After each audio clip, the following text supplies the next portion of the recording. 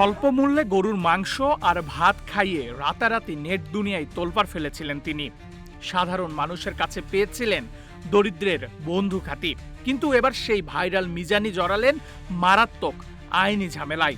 সরকারি কাজে বাধা ও আইন শৃঙ্খলা বাহিনীর উপর হামলার অভিযোগে শেষ পর্যন্ত তাকে ঠাঁই নিতে হলো হাজতখানায়। ঘটনাটি ঘটেছে রাজধানীর আগারগাঁও এলাকায়। কাফরুল থানা সূত্রে জানা যায়, ফুটপাত ও বিভিন্ন অস্থায়ী দোকানপাটে অবৈধ বিদ্যুৎ সংযোগ বিচ্ছিন্নে রোববার দুপুরে নিয়মিত অভিযানে নামে বিদ্যুৎ বিভাগ। এই অভিযানে বিদ্যুৎ বিভাগের নির্বাহী ম্যাজিস্ট্রেটের নেতৃত্বে অংশ নেন ঢাকা উত্তর সিটি কর্পোরেশনের কর্মী ও কাফরুল থানা পুলিশের একটি দল।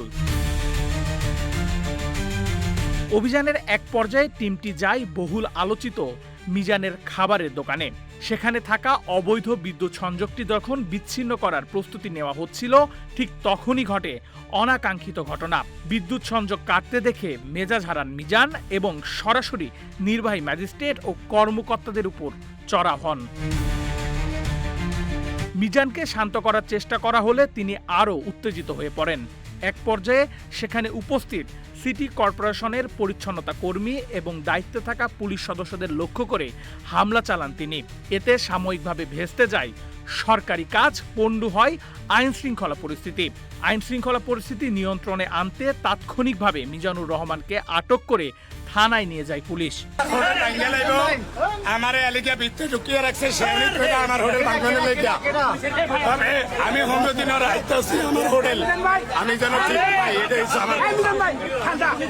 সস্তা জনপ্রিয়তার আড়ালে অবৈধ সুবিধা নেওয়া আর আইনি প্রক্রিয়ায় বাধা দেওয়া যে চরম অপরাধ, মিজানের এই পরিণতি হয়তো সেই শিক্ষায় দিয়ে গেল।